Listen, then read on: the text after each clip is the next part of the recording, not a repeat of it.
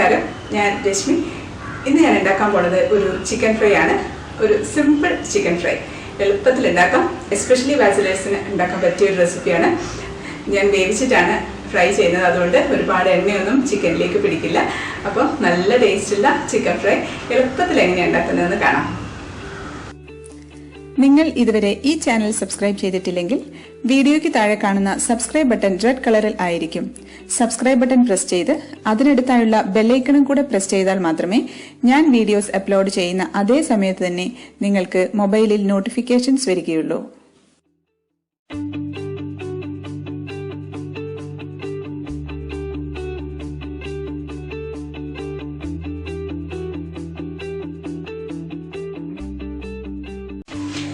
അപ്പോൾ നമുക്ക് chicken fry ഉണ്ടാക്കാം. ചിക്കൻ ഫ്രൈ ഉണ്ടാക്കാനായിട്ട് ഞാൻ ഒരു 300 ഗ്രാം ചിക്കനാണ് എടുത്തിട്ടുള്ളത്. ഒരു 4-5 പീസോളം ഉണ്ട്. ഇനി നമുക്ക് മിക്സിയുടെ ജാറിലേക്ക് മാരിനേറ്റ് ചെയ്യാൻ ആവശ്യമായിട്ടുള്ള സാധനങ്ങളൊക്കെ ഇട്ട് കൊടുക്കാം. ഞാൻ 3 ചുവന്നുള്ളി എടുക്കുന്നുണ്ട്. അത് ഞാൻ ഇതിലേക്ക് മുറിച്ചിട്ട് കൊടുക്കുകയാണ്. മുറിച്ചിട്ട് കഴിഞ്ഞിട്ടുണ്ടെങ്കിൽ പെട്ടെന്ന് അരഞ്ഞു കിട്ടാൻ വേണ്ടിയാണ് മുറിച്ചിട്ട് കൊടുക്കുന്നത്. ഒരു വെളുത്തുള്ളി അധികം വേണ്ട. വെളുത്തുള്ളി അധികം ആയിട്ടുണ്ടെങ്കിൽ ഒരു ടേസ്റ്റ് ഉണ്ടാവില്ല. ഇഞ്ചി, ഒരു ഇഞ്ച് കഷ്ണം ആണ് എടുത്തിട്ടുള്ളത്. ഇത് നമുക്ക് മുറിച്ചിട്ട് കൊടുക്കാം. ഇനി നമുക്ക് വേണ്ടത് മുളക് പൊടിയാണ്. ഇത് കാശ്മീരി ചില്ലി പൗഡറാണ് ഇടുന്നത്. ഞാനൊരു 1.5 ടീസ്പൂൺ ഇട്ടിട്ടുണ്ട്. മഞ്ഞൾപ്പൊടി 1/4 ടീസ്പൂൺ. ഇത് കുരുമുളക് പൊടിയാണ്. ഇതൊരു 3/4 ടീസ്പൂണോളം ഇട്ട് കൊടുക്കുന്നുണ്ട്. ഞാനിത് ക്രഷ് ചെയ്ത് വെച്ചിരിക്കുന്ന കുരുമുളക് പൊടിയാണ്. നിങ്ങൾക്ക് വേണമെങ്കിൽ കുരുമുളക് അങ്ങനെ തന്നെ ഇട്ട് കൊടുക്കാം. പക്ഷെ ഇത് അരയാനായിട്ട് കുറച്ച് ബുദ്ധിമുട്ടായിരിക്കും. ഞാൻ നേരത്തെ ക്രഷ് ചെയ്ത് വെച്ചിരിക്കുന്ന കുരുമുളക് പൊടിയാണ്, അത് അങ്ങനെ തന്നെ ഇട്ടിട്ടുണ്ട്. ഇനി നമുക്ക് വേണ്ടത് ഗരം മസാലയാണ്. ഞാനിത് വീട്ടിൽ തന്നെ പൊടിച്ചിട്ടുള്ള ഗരം മസാലയാണ്. ഗരം മസാലയുടെ വീഡിയോ ഞാൻ ഇട്ടിട്ടുണ്ട്. ഇതിപ്പോൾ ഒരു 1/4 ടീസ്പൂണോളം ഇട്ട് കൊടുക്കാം. ഇനി നമുക്ക് കറിവേപ്പില ഇട്ട് കൊടുക്കാം. കറിവേപ്പില ഒരു തണ്ട് കറിവേപ്പിലയാണ്, അത് ഇട്ടിട്ടുണ്ട്. മല്ലിയില ഒരു ചെറിയ തണ്ട് ഇട്ട് കൊടുക്കാം. ഇനി നമുക്ക് വേണ്ടത് വിനാഗിരിയാണ്.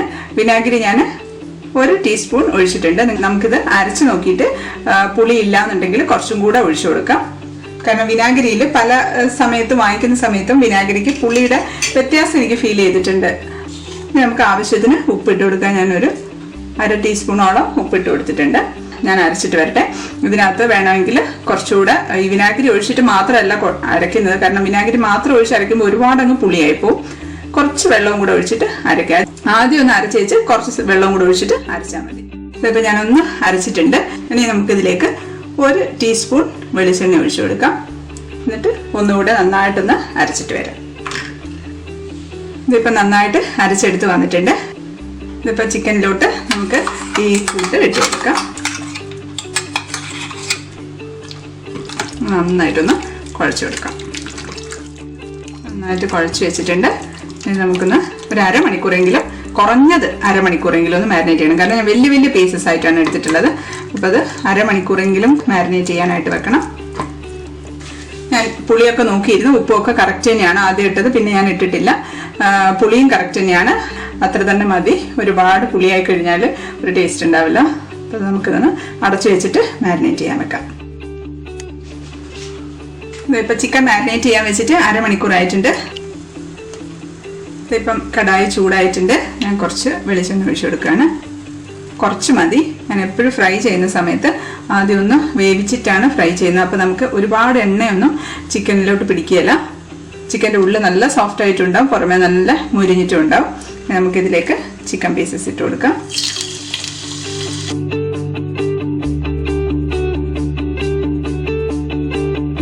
ബാക്കിയുള്ള മസാലയും കൂടെ അതിൻ്റെ മുകളിലേക്ക് തന്നെ അങ്ങ് തേച്ച് കൊടുക്കാം. ഇത് നമുക്ക് സിമ്മിലേക്ക് വെച്ചിട്ട് അടച്ചു വെച്ച് കൊടുക്കാം. അടച്ചിട്ട് അതിലിരുന്ന് വേണം കുക്കാവാനായിട്ട്. വെള്ളമൊന്നും ഒഴിക്കണ്ട. ചിക്കനിൽ നിന്ന് തന്നെയുള്ള വെള്ളം ഇറങ്ങിയിട്ട് അത് വെന്തോളും. നമുക്ക് കുറച്ച് സമയം അടച്ചു വെച്ചിട്ട് വെയിറ്റ് ചെയ്യാം. ഇപ്പോൾ ഒരു 15 മിനിറ്റ് ആയിട്ടുണ്ട്. നല്ലോണം വെള്ളം വന്നിട്ടുണ്ട് ചിക്കനിൽ നിന്നൊക്കെ. നമുക്കിതൊന്ന് മറിച്ചിട്ട് കൊടുക്കാം. ഇങ്ങനെ വേവിച്ചിട്ട് ഫ്രൈ ചെയ്യുകയാണെന്നുണ്ടെങ്കിൽ ഒരുപാട് എണ്ണ വേണ്ട. പിന്നെ ചിക്കൻ നല്ല സോഫ്റ്റ് ആയിരിക്കും. നമുക്ക് ഇനി ഒന്നുകൂടി അടച്ചു വെച്ചിട്ട് വേവിച്ചെടുക്കാം. ഏകദേശം ഒരു 20 മിനിറ്റൊക്കെ ആയിട്ടുണ്ട്. വെള്ളമൊക്കെ നന്നായിട്ട് വറ്റിയിട്ടുണ്ട്. അപ്പോൾ ആ എണ്ണ ആദ്യം ഒഴിച്ച എണ്ണയാണത്. ആ എണ്ണയിൽ കിടന്നിട്ട് ഒന്നാവട്ടെ. സിമ്മിലിട്ടിട്ട് ഇനി അടച്ചു വെക്കണ്ട, ഇനി തുറന്ന് വെച്ചിരുന്നാൽ മതി. സൈഡിൽ കൂടെ നമുക്ക് കുറച്ചുകൂടെ വെളിച്ചെണ്ണ ഒഴിച്ചു കൊടുക്കാം. വെളിച്ചെണ്ണയാണ് നല്ലത്. ഇപ്പോൾ ചിക്കൻ ഫ്രൈ എൻ്റെ രണ്ടാമത്തെ ചിക്കൻ ഫ്രൈ ആണിത്. ഞാൻ ഹാരിസ ചിക്കൻ ഇട്ടിട്ടുണ്ടായിരുന്നു. അതൊരു ചിക്കൻ ഫ്രൈ തന്നെയാണ്. നല്ല ടേസ്റ്റുള്ള ഒരു ചിക്കൻ ഫ്രൈ ആയിരുന്നു അത്. സ്പൈസി അല്ല, അതുകൊണ്ട് കുട്ടികൾക്കൊക്കെ നല്ല ഇഷ്ടപ്പെടുന്ന ഒരു ചിക്കൻ ഫ്രൈ ആയിരുന്നു ഹാരിസ ചിക്കൻ. അപ്പോൾ അതും കൂടെ എല്ലാവരും ട്രൈ ചെയ്യണം.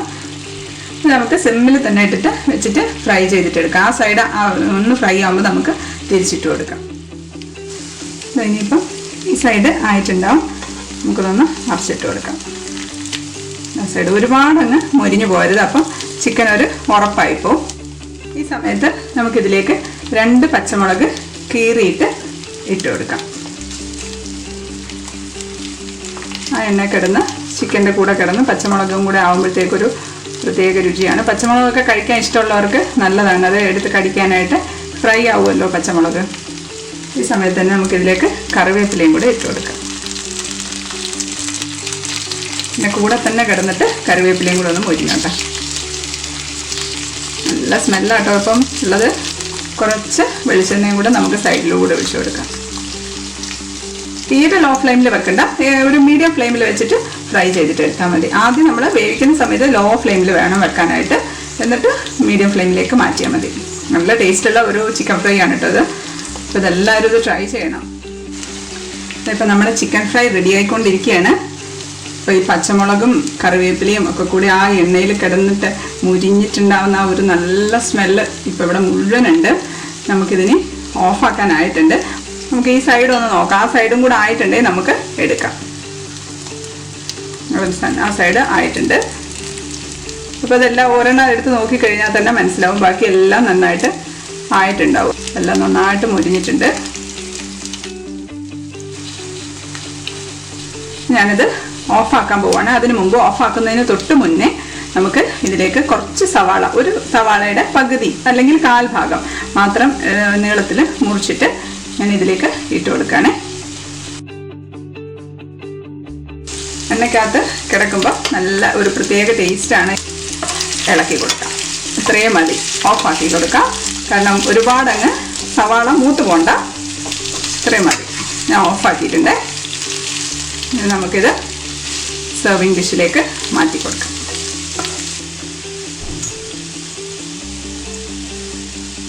ചിക്കൻ ഫ്രൈ ഉണ്ടോ? നല്ല ഭംഗിയില്ല കാണാൻ, നല്ല ടേസ്റ്റുമാണ്. സ്മെല്ല് ഇവിടെ ഒരു രക്ഷയില്ല. ഇത് മാറ്റിയിട്ടുണ്ട്. ചിക്കൻ ഫ്രൈ റെഡി ആയിട്ടുണ്ട്. നല്ല ടേസ്റ്റാണ്. എല്ലാവരും ഇത് ട്രൈ ചെയ്യണം. അപ്പോൾ അടുത്ത വീഡിയോയിൽ കാണാം. Stay happy, stay positive. By.